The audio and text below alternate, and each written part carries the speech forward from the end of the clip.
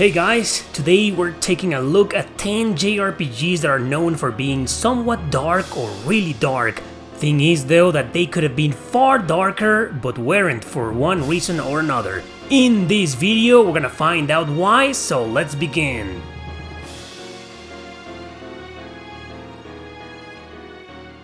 Number 10, the Xeno Saga Trilogy. The entire Xeno Saga trilogy was rated teen for a few number of reasons, even in Japan. But the truth is Tetsuya Takahashi and his team were aiming for a darker experience with these games, and in fact, the versions we got had some interesting stuff censored. The most notable scenes include the antagonist Albedo tormenting Momo in the first game. Stuff like Albedo holding a knife was removed, psychological torment was toned down, including also this scene. He tries to extract a magic key from her, but some shots were altered.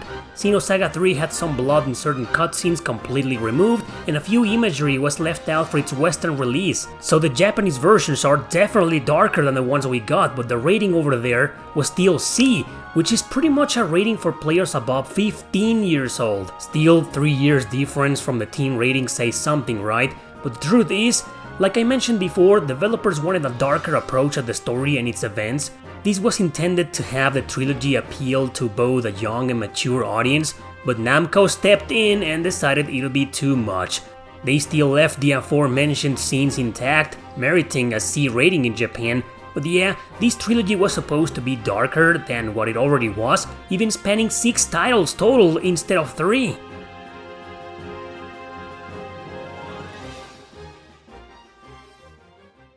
Number 9, Persona 2 Innocent Sin. The first game in the Persona 2 duology was only released in Japan for the PS1 at first. It was later remastered for the PSP and the rest of the world finally got a hold of it. But it had some small alterations that would probably have merited the mature rating. Originally, the game was meant to have darker stuff in religious and philosophical themes, as well as more savagery in the plot. But since Atlus wanted the Persona games to appeal to younger audiences as well, themes were less dark as opposed to some mainline SMT titles. Still, the creativity was left uncensored, and the writers went all out. Not outside of Japan though. You see, the original version involved several Nazi topics and the resurrection of Adolf Hitler. There was also a teacher committing suicide. Certain themes were altered during translation with text changes too. A character smoking a cigarette was removed in all versions, swastikas were replaced, etc. Silly stuff like that. But I think it would have given a more mature feel to the game had all of these details been left intact, and definitely a darker approach if the developers hadn't aimed this game for 15-year-old kids in Japan.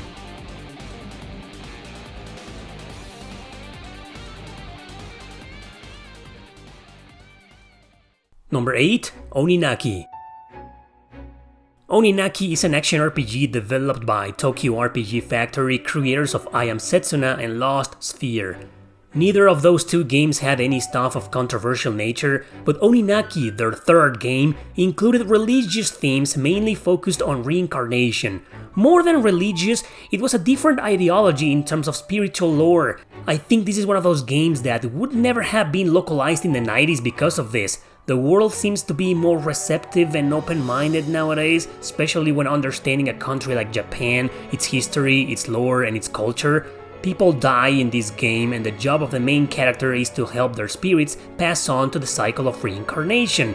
The game got a teen rating, a PEGI 12, and a B in Japan, so everything went well with almost every country's ESRB. Square Enix did not want any game from this company to get anything higher than that for reasons unknown, but if you pay close attention to the dialogue in certain scenes and finish the game after reaching its somewhat disturbing plot twists, you'll notice that it could have been much darker if it wanted to. Tokyo RPG Factory made no remarks to this, so all I'm doing is speculate on the possibility that Oninaki could have been much darker.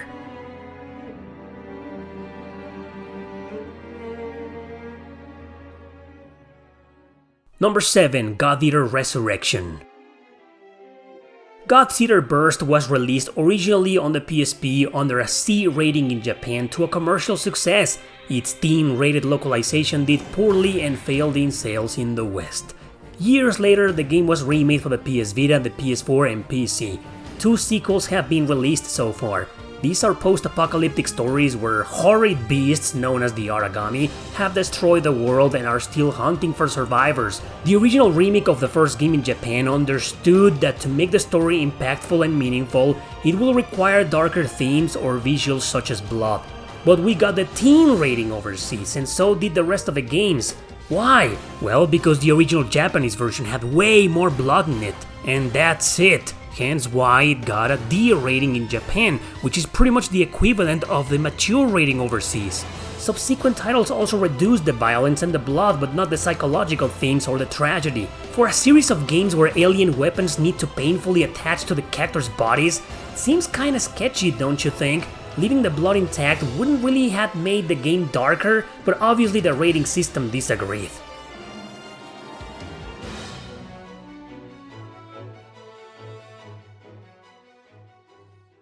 Number 6. Pandoras Tower. This game was dark enough to merit a mature rating, but it didn't because honestly I have no idea. The game was released in all the usual regions with no changes done, no censorship whatsoever, except for one little detail that made me include it in this video. It's controversial because usually Nintendo back then will totally M-rate everything with this kind of content, especially on the Wii. The gruesome and disgusting scenes with Elena forcing herself to eat monster hearts, or her horrible transformation into a monster if she doesn't eat them, I'm not sure why it got the teen rating. Well, they probably thought it wouldn't be as disturbing. Maybe if the developers had added red blood for the monsters, it would have been a different story. Blood is for adults only, ladies and gentlemen, not a girl eating organs, no, that's okay. Anyway, the little detail that I mentioned is that this game was supposed to be even darker. Elena's design was different during development, no images can be found online sadly, but the thing is that her original design and monster transformation received negative feedback, most likely for being even more disturbing or disgusting, which leads me to believe that maybe that's why it got a different rating even in Japan. I wish I could have seen the original concept to judge for ourselves though.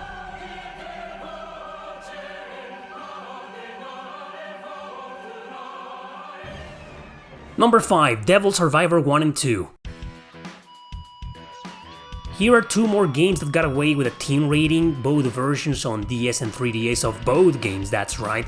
These are dark enough games which include several topics that, honestly, 12-year-olds wouldn't understand, but they barely show anything explicit, and when they do, well, the graphics can't be compared to games like Pandoras Tower or God Eater, I mean, just take a look. So Atlus did get away with some gruesome stuff, but it doesn't feel impactful whatsoever precisely because of the graphics. Atlus co-developed these 2 games with Careersoft, the original creators of Langrisser and Growlancer, but Atlus wanted once again, just like with Persona 2, to appeal to younger audiences. Strong religious themes weren't necessary for the scripts this time, so maybe they decided against the usual darker ideas the series is known for. It's all speculation of course, but I really do believe Devil Survivor 1 and 2 could have easily been far darker than what we got. I just keep thinking about the events that occur within them, the intellectual and mind-blowing stuff of the second one, and the political madness of the first one. Culture and education falling apart against survival. Man, they could have gone nuts with these themes, but they held back for whatever reason and we got 2 teen-rated JRPGs in the Dark Shin Megami Tensei franchise. They're still amazing games though.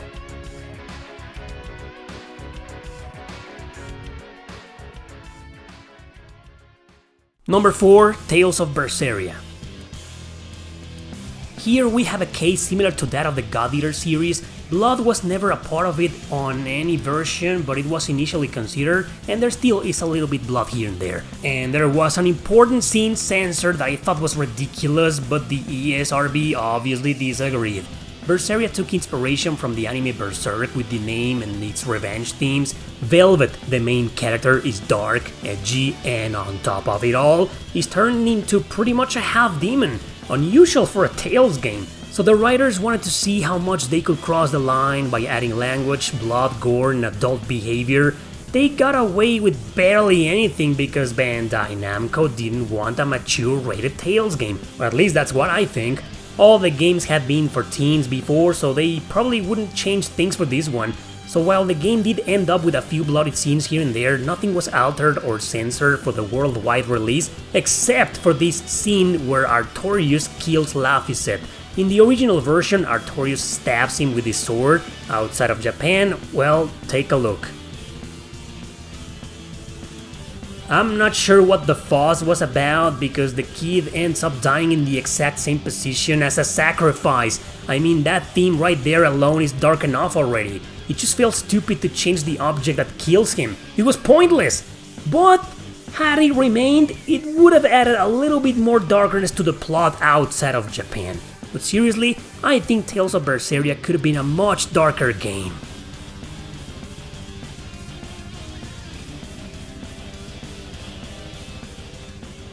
Number 3, Valkyrie Profile.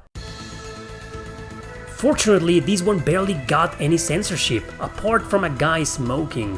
Yeah. Anyway, I'm glad we got almost a mint localization of the original version in Japan in terms of darkness. However, I feel this game could have been way darker if Trias had wanted it to be. It had everything it needed to be a mature game for adults. The themes it has do not revolve around teenagers saving the world with the power of friendship. It's one of those very few JRPG stories out there from the 90s that offered a different perspective in storytelling within the genre.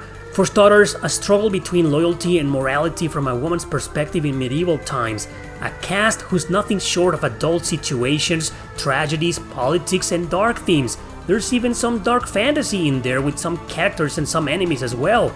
I'm not sure what stopped Trias from developing a darker game, but I'm guessing they were aiming for a teen-rated video game, or at least Enix was. Something tells me the developers did consider crossing some lines at some point, because the story progression does feel like it's more oriented to adults. I'd love to see a version of this game in all of its dark glory one day.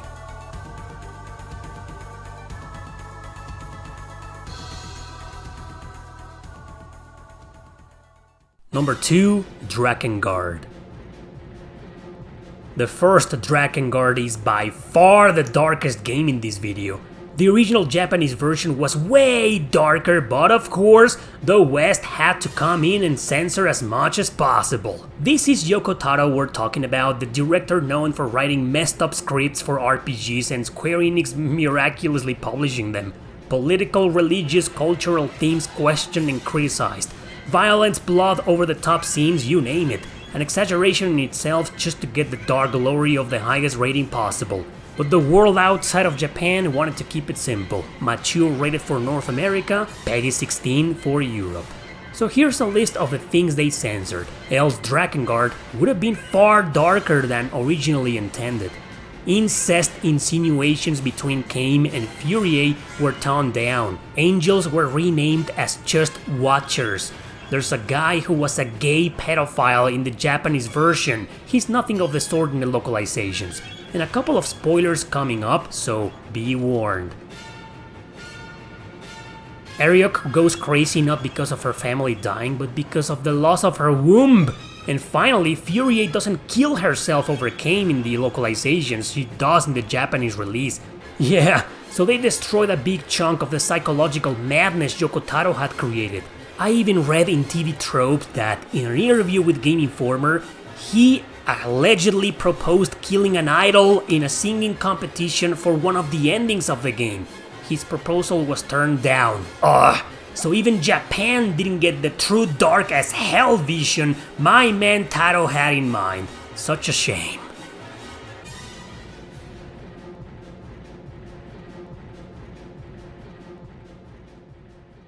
Number 1, Xenogears. Here's the game that was supposed to be a sequel to Chrono Trigger or even Final Fantasy VII. Squaresoft rejected it because it was just too dark. Even Wikipedia will tell you that it was almost not localized because of its controversial themes. Xenogears was indeed then the RPG that could have been even darker had Squaresoft allowed Takahashi and his wife to realize their vision. The game was never released in Europe. Its strong religious and philosophical themes were just too deep, exploring taboos and ideologies that many countries considered as inappropriate. So how the hell did it get away then with a teen rating? Simple, there weren't enough bloody or lewd visuals to merit a higher one. Also, several changes were done to the original Japanese script. Translator Richard Honeywood took over the previous guys who had quit because of the controversial content. Literally questioning human origins and killing the Christian god was seen as offensive. While these concepts were left intact, the way the script told them with cutscenes and dialogue had to be either altered or removed. The scientific parts of the script were also a bigger challenge than expected. It's common knowledge there was a lot of story and artwork that never made it to the final game. The story in Disc 2 was mostly told through cutscenes, not a lot of room for gameplay. This was done thanks to budget and time reasons actually, but it makes you wonder what part of the plot they decided to cut out just for the sake of releasing it, and under a teen rating no less.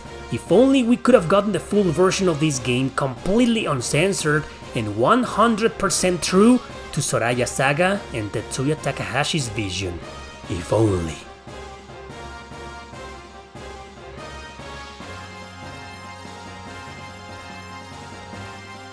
That's all for today, guys. Thanks for watching.